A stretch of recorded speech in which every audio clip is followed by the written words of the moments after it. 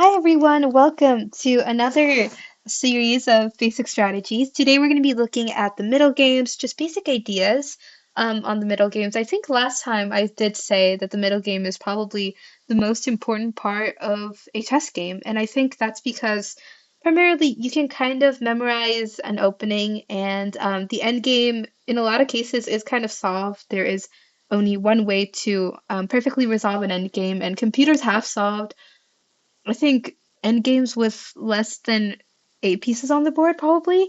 But middle games, still continue to be the heart of the game, and it's I don't think it's ever going to be solvable for human beings, possibly for computers, but in the realm of human chess, it will continue to have controversy. And so, middle game is the most important part of the game, and it's so fun. It involves all the dynamics that you love in chess, from tactics, strategies, ideas like forks and captures and attacks and skewers, all these different things that you will absolutely love. Yeah, so we're going to be looking at the middle game. Middle games are the for are after the opening, the first 12 or so moves, and it's mostly until 10 or less pieces are left on the board, and at which point it goes on to the end game. Yeah, so let's look at a middle game. A strategy for understanding middle games is, what do you look forward to? What are you looking at? What are you trying to find in each particular move? And there are three main things that you're looking at. And it is in this order. It is checks, captures, and attacks. And you should memorize this. Checks, captures, and attacks. Now, what I mean by that it is in this order is that this is the most forcing move. It is when you give a check, it is the only legal move for the opponent to immediately move their kings. When you make a capture, it is not a legal or forcing move, but it's a move that the opponent must respond to unless they are willing to lose that material. And attacks is a more passive move that threatens a capture, and the opponent has to respond to it to a certain degree, but they may also, respond to your attack in a lot of different ways. They can counterattack, they can defend, and so yeah, there are just a lot of ideas here, and it's kind of hard to say any of these definitively. I want to give you kind of the nuances to this, so we will be looking at one at a time for now.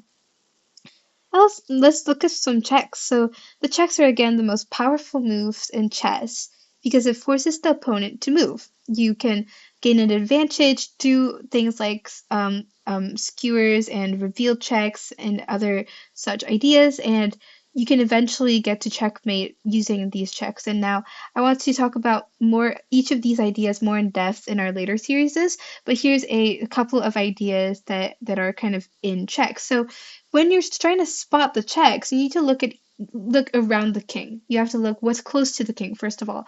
In your limited time, you're going to have to find the most accessible, the easiest to spot checks, and that's usually very near the king. And so, what checks are possible in this situation? Well, we see right next to the king are pieces, the queen here, and the queen can attack the king in many, many ways. It could go to b8, to c7, it could capture this bishop, the knight here as well can move here. It can move here. This bishop on the dark square unfortunately cannot give a check because the king is on a light square. This bishop over here can move to c7, delivering a check. So these kind of ideas, right? These arrows kind of point to what possible checks can be given.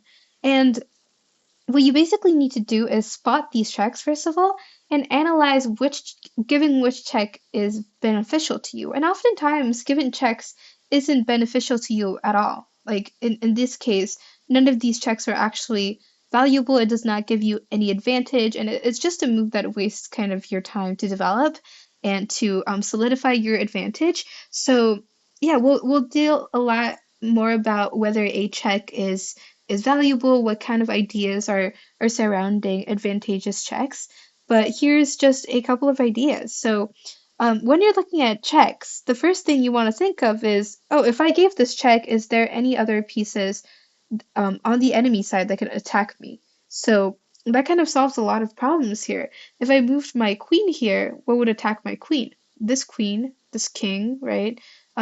This king can't really attack because my rook is over here, but this queen could attack, and then even if my rook recaptured the queen, the black queen, the king would kill me, and that would kind of be it. So that's kind of useless, right?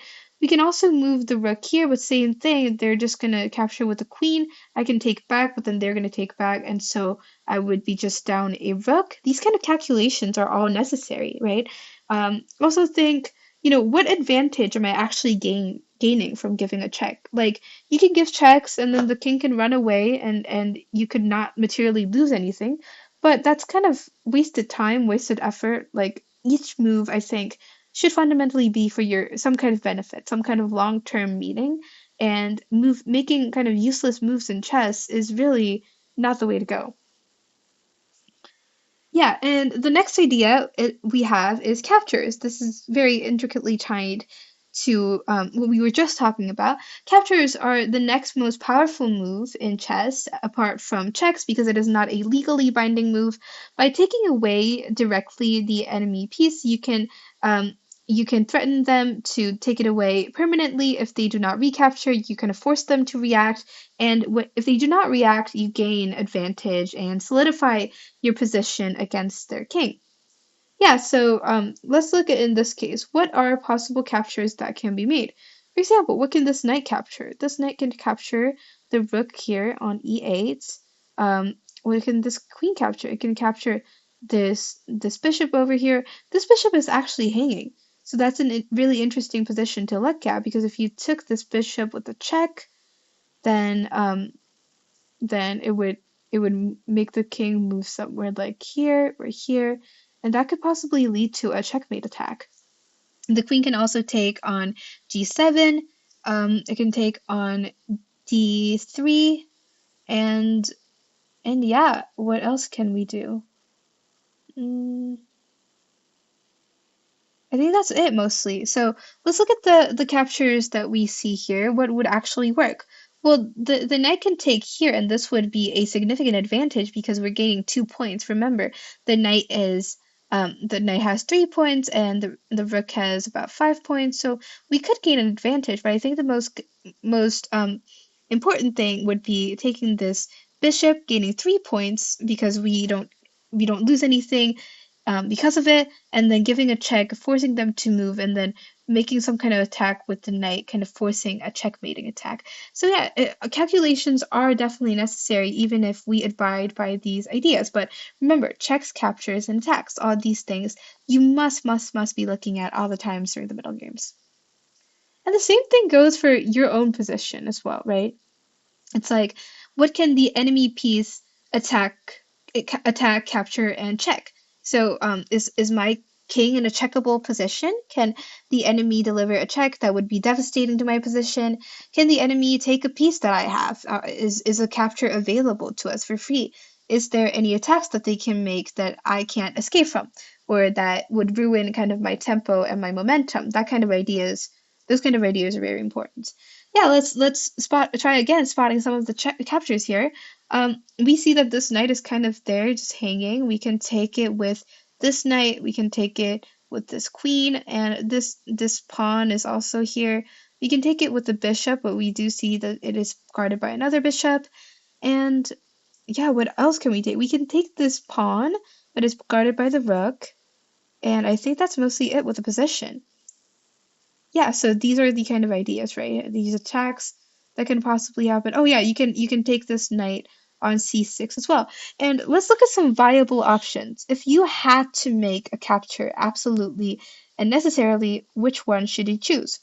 Well, first of all, you should definitely not capture your queen for a knight and then lose it by this pawn. That's a 6 minute 6 point loss that you are giving to yourself. But um, capturing this pawn over here does not look good either. These also lose to the rook, and so that would be a 2 point disadvantage. The only equal trade I see here is with the knight and the knight, both 3 points, and then they could just take back with the pawn or the queen. Now, a really good chess player, a more experienced chess player, would probably be looking at the position, and they would calculate, for example, in this case, with taking the knight, they would think, oh, if I took with the knight, then they would move the queen, and then the queen would be more developed, it would be more in the center, it would be on these squares that we talked about last time, from c3 to f6, and that's not something we want. So what we should do instead is probably not take anything, maybe consider, oh yeah, this knight can also take on g4 here. Maybe we should consider that because we don't want this knight in our territory.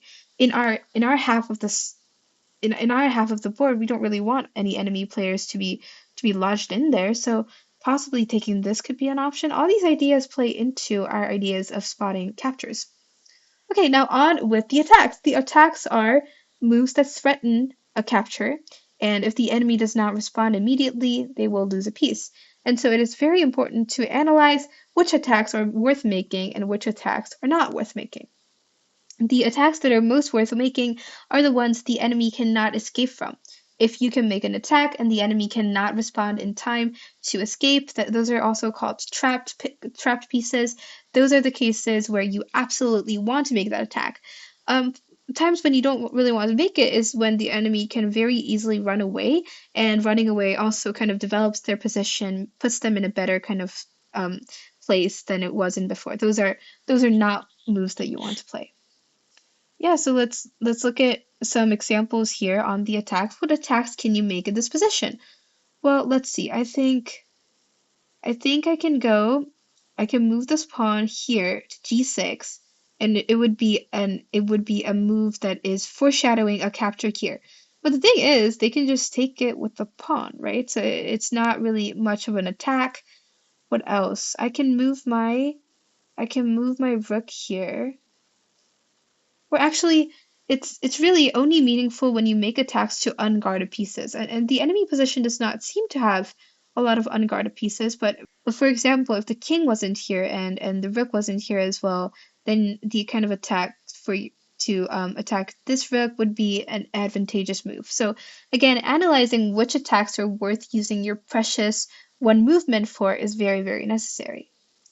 Yeah, so what do I look again in a position? When we have limited time, it might be very difficult to look at all the checks, all the captures, all the attacks. So what is something that we should be looking for? The first thing is the kings, because they are the most important pieces in a game. First of all, look at your king. How is your king positioned? How safe is he? Can the enemy make any checks or checkmate attempts? Can they make significant captures that would harm my king? How can I attack their enemy king? Are there any checkmate threats that I have? Are there any ideas for checks that I can possibly employ? What can I do in that position? And then if you have checked the king, you don't think there's much in there. Look at the valuable pieces. First, the queens and the rooks. How can I attack their queen? How can I protect my queen? How can I gain an advantage using these pieces? And then look into other captures that can be made with bishops and knights, and then look at other attacks that can be made, and then later on with grandmasters mostly, they make a lot of moves that just slowly make their position better for future attacks and advantages. And these are, I think, the hardest moves to make because you can't really see the material kind of benefit easily, and it's kind of blind guessing in a lot of ways, right? For many people, I think this is something they struggle with, and but we don't have to worry about it for at least a couple of years unless you are a very talented player around the 2000, 2000, 2100s. You won't be you won't need to make calculations on your own to kind of better your position. That I think that's more on the professional level. Those who play for fun really just have to focus on the first four, no, mainly. Yeah, guys, thank you so much for joining me again. These are very important ideas in the middle games. And the reason I just didn't talk too extensively about these ideas is because the middle game, unlike the opening, can't be covered in one single presentation.